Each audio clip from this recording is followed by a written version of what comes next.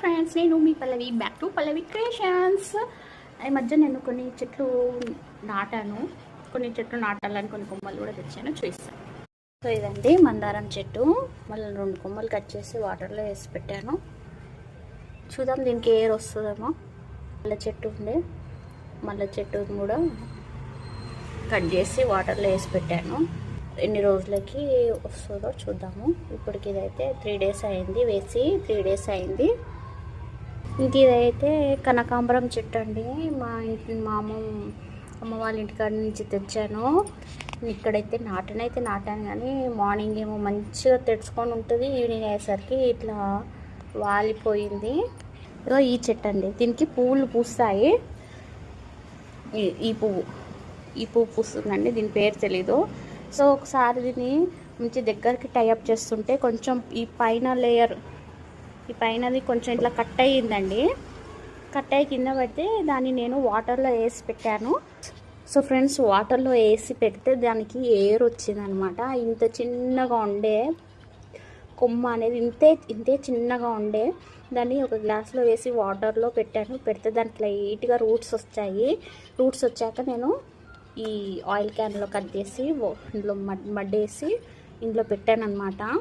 పెట్టాక చూడండి చిన్నగా ఉన్నది, ఇంకో ఇంత పెద్దగా అయింది. లోపలికి ఉండేనండి నాటినప్పుడు.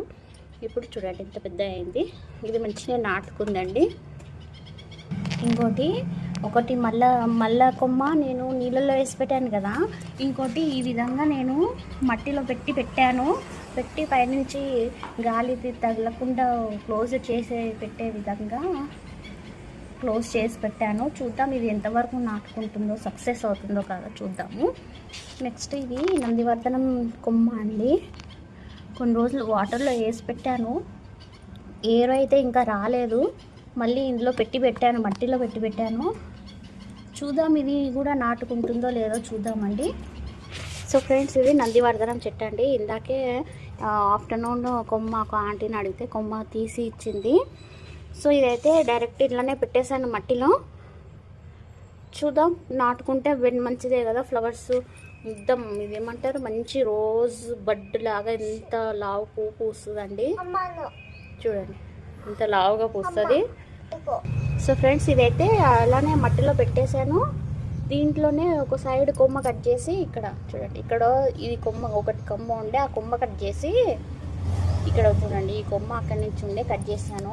ఈ కట్ చేసిన కొమ్మ నేను చిన్నది ఉల్లిగడ్డ ఉంటుంది కదా అండి, ఆ ఉల్లిగడ్డలో పెట్టి ఇది నాటానండి.